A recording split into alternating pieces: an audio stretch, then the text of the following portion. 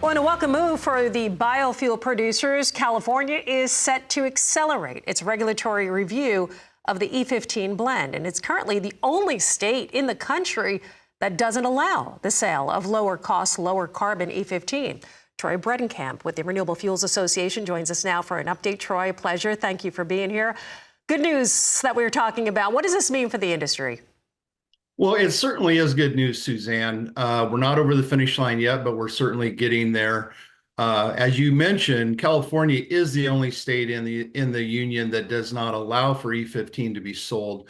The California Air Resources Board has a very long, extended approval process. They've been very slow in starting that approval process.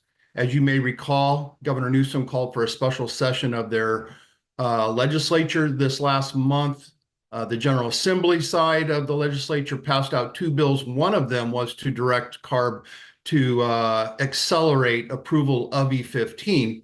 Now, the California Senate did not take that bill up. So last week, we saw Governor Newsom sent a letter to the chairman of the California Air Resources Board urging CARB to accelerate approval of E15, which is a good thing. The E15 market in California would be a substantial increase in ethanol consumption and demand, and obviously that means a good thing for the corn farmer. Well, Troy, with California being late to the party and now seeing this turnaround, first of all, the turnaround now coming from Governor Newsom, and how does that really play, say, a bigger role in the picture for E15? Yeah, we've been working on this for quite a few years, Suzanne. One of the things that really started to make sense in California was when the Renewable Fuels Association, we did a study with the University of California at Berkeley on the benefits of E15 in California. And not only is there the environmental benefit, but when you look at the cost savings, and that's what's something that's near and dear to Governor Newsom right now, that UC Berkeley study indicated that E15 would save California consumers on average 20 cents a gallon, and on an annual basis, about $2.7 billion to California consumers. That is the study that really did get Governor Newsom's attention. He cited it in his letter to the California Air Resources Board as a reason to move forward and expedite that approval process. And so we're hopeful that this is the beginning of them doing just that. Well, really, Troy, you're talking about, of course, a big benefit for consumers, a big benefit also, of course, for biofuel producers. Before I let you go,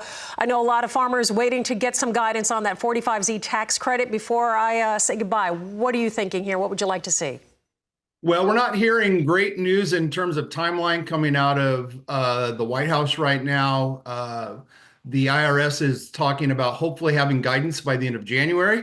But as you know, something happens tomorrow called the general election, and we may have a entirely different team in charge of 45Z after that. We'll have to wait and see. We're hopeful, though, that we get that guidance just as soon as possible. There's a lot of farmers and a lot of ethanol producers waiting to invest before we can actually get that in the ground. We have to see that guidance. So the sooner the better. Great stuff. Troy, thank you so much. Appreciate you being here as always.